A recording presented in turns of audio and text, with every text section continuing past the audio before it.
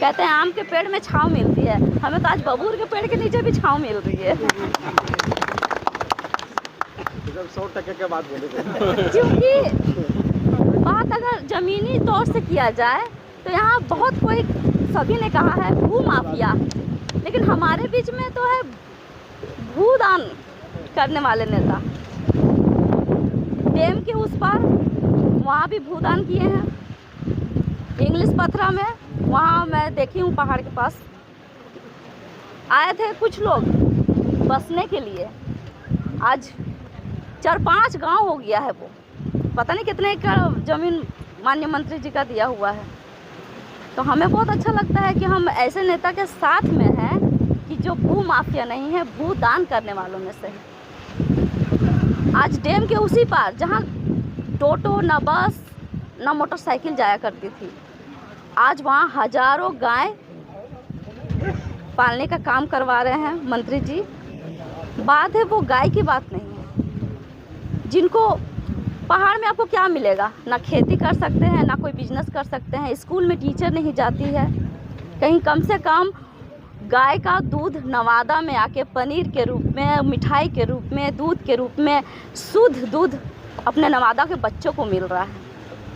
ये एक मुख्य कार्य हुआ उनका, और इसी को कहते हैं कम से कम वहाँ लोगों का एक छोटा मोटा रोजगार मिला है, हज़ारों लड़कों को रोजगार मिला है।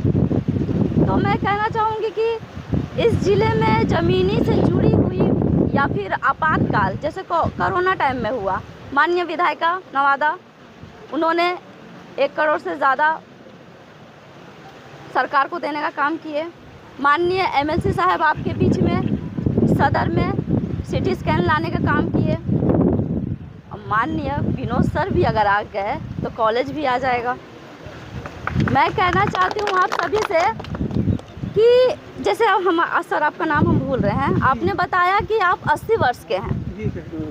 हम कहना चाहते हैं लालू पीढ़ी, तेजस्वी पीढ़ी सिर्फ 2 पीढ़ी है, लेकिन हमारे नवादा जिला में बाप है, दादा है, पोता है, 3 पीढ़ी है माननीय विनोद जी के साथ। तो आपसे तो 3 गुना हम लोग ज़्यादा हैं। हम लोग यहाँ पे हम कुछ वीडियो में देखे थे, कोई बूढ़ी बुजुर्ग थी, हमने नवादा के मंच में भी इस बात को मैंने रखा था कि मामा आप किसको वोट कीजिएगा, तो उन्होंने कहा लालटेन को।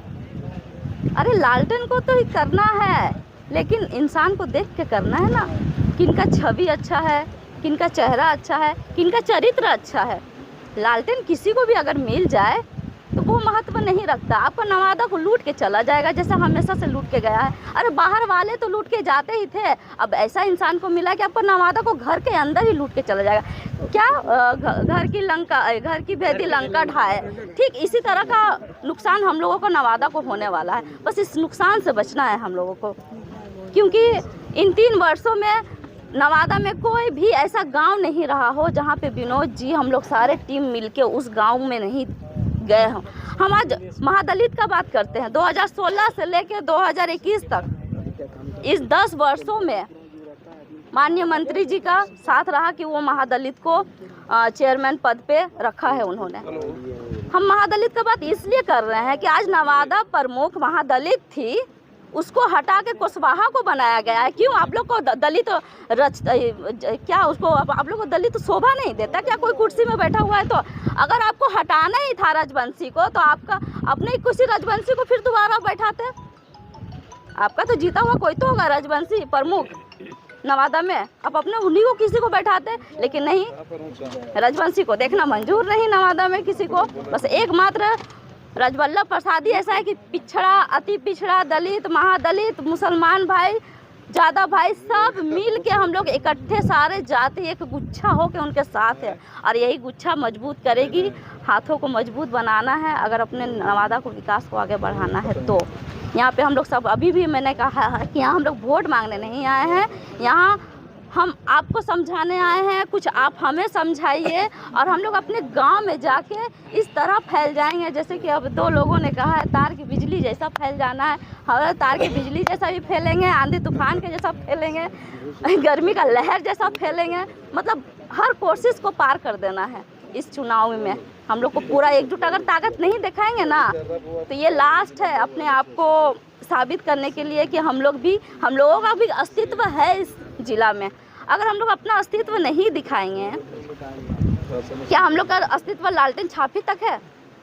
क्यों ना उसको और आगे करके हम लोग को दिखाना है कि नहीं, अगर लालटेन छाप हो तब भी सही, ना हो तो अब भी सही।